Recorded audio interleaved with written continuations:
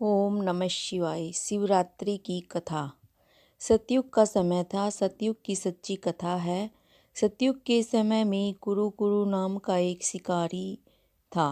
प्रतिदिन जंगल में जाकर जिन पशुओं को मारता था और उनकी चमड़ी उतार कर बेचता था और उसी से वह अपने परिवार का पालन करता था। ये उसका नियम बन गया था। शिवरात्रि के दिन जंगल में शिकार करने गया। जंगल में उस दिन उसे कोई पशु पक्षी शिकार के लिए नहीं मिला और वह मन में सोचने लगा कि आज तो बच्चों के लिए क्या लेकर जाऊंगा। उस शिकारी ने उस दिन ना तो भोजन किया और ना ही जल पिया। इसीलिए उसका शिवरात्रि का व्रत हो गया। जब शाम का समय हो गया उसने देखा और उसने सोचा रात को पशु जल पीने आएंगे और वह पेड़ पर चढ़कर छिप गया। वह पेड़ बेलपत्र का था और उसके नीचे पुराना एक शिवलिंग था। जिस टहनी पर वह बैठा था उसी टहनी के ठीक नीचे शिवलिंग था। रात का पहला पहर शुरू हुआ। जैसे ही हिरनी जल पीने आई, बेल वृक्ष पर बैठे शिकारी ने अपना धनुष निकाला और उसी उंगली में बेलपत्र फंस गए और गिरकर शिवलिंग पर बेलपत्र उल्टे चढ़ गए और उसकी पीठ पर जो पानी की सुराही बंधी थी वह भी उल्टी हो गई और जल शिवलिंग पर चढ़ गया। हिरनी बोली, है शिकारी, मुझे पता है कि तुम्हें सारे दिन में कोई पशु शिकार के लिए नहीं मिला। जैसे तेरे बच्चे भूखे हैं ऐसे ही मेरे भी दो बच्चे हैं। मैं घास फूस खाकर और पानी पीकर जाऊंगी और अपने बच्चों को दूध पिलाऊंगी। तेरे बच्चों को तो रोटी मिल जाएगी, मेरे बच्चे भूखे ही रह जाएंगे। मुझे मर कर फिर हिरनी बनना पड़ेगा। मैं पानी में पैर रखकर शपथ लेती हूँ, जल को साक्षी लेकर, जो ब्राह्मण को वेद बेचकर पाप लगता है वो पाप मुझे लग जाए अगर मैं बच्चों को दूध पिलाकर वापस न आऊं। शिकारी की रात की पहले पहर की पूजा हो गई।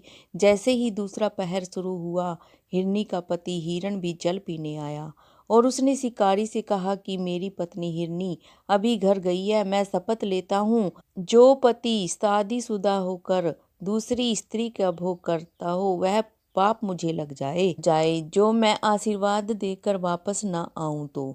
दूसरा पहर खत्म हो गया और तीसरा पहर शुरू हुआ। हिरनी की बहन आ गई, वह प्रतीक्षा करके चली गई। चौथा पहर शुरू होते ही वह हिरण, हिरनी, दो बच्चे और हिरनी की बहन और उसके दो बच्चे भी आ गए। उन्होंने कहा कि प्रतीक्षा के बाद हम सब आए हैं, हमारे बिना ये बच्चे कैसे जीवित रह सकते हैं। शिकारी के मन में दया भाव और भक्ति पैदा हो गई। उसने सोचा कि मैं मनुष्य होकर कितना पाप कर रहा हूँ। इन पशुओं को मारकर मैं अपने बच्चों का पेट भर रहा था, मुझे धिक्कार है। और टहनी से उलझी उंगली से बेलपत्र फिर शिवलिंग पर चढ़ गए और फिर सुराही को सीधी करने लगा तो सुराही से फिर जल शिवलिंग पर चढ़ गया और पल्ले में जो भोजन था वह शिवलिंग पर गिर गया और भोलेनाथ को चूरमे का भोग लग गया। जैसे ही वह हिरण परिवार से माफ़ी मांगने के लिए कूदने लगा, उसका पैर टहनी में उलझा और वह उल्टा नीचे गिर गया और उसका सिर शिवलिंग पर लगा और दोनों हाथों में शिवलिंग आ गया और शिवजी प्रकट हो गए और कहा कि मैं तेरी पूजा से प्रसन्न हुआ, वरदान मांगो। उस शिकारी ने कहा कि मैं आपकी भक्ति नहीं जानता, यह पूजा इन हिरण परिवार की वजह से हुई है, इसीलिए अगर वरदान देना है तो इसे हिरण परिवार को दीजिए। शिव ने हिरण परिवार को वरदान दिया कि ये 7 तारे बनेंगे और उत्तर दिशा में चमकेंगे।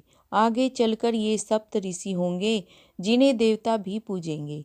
शिकारी, तुम वरदान मांगो या ना मांगो, इसीलिए तुम सतयुग में शरीर त्याग कर आगे त्रेता युग में राम का जन्म होगा। जब राम वनवास के लिए जाएंगे तो सबसे पहले तुम्हारे मित्र बनेंगे और तुम शिकारी बनोगे, शिकारी के राजा बनोगे। इस शिवलिंग का नाम व्याघ्रेश्वर होगा। दूसरा वरदान दिया कि जो भी महाशिवरात्रि के दिन शिकारी की कथा सुनेगा उसे ही महाशिवरात्रि का व्रत का पूरा फल मिलेगा। तो यह शिवरात्रि के व्रत की कथा समाप्त हुई। तो यह कथा शिवरात्रि के दिन जरूर सुननी चाहिए। इसी कथा से व्रत का पूरा फल प्राप्त होता है। बोलो ओम नमः शिवाय।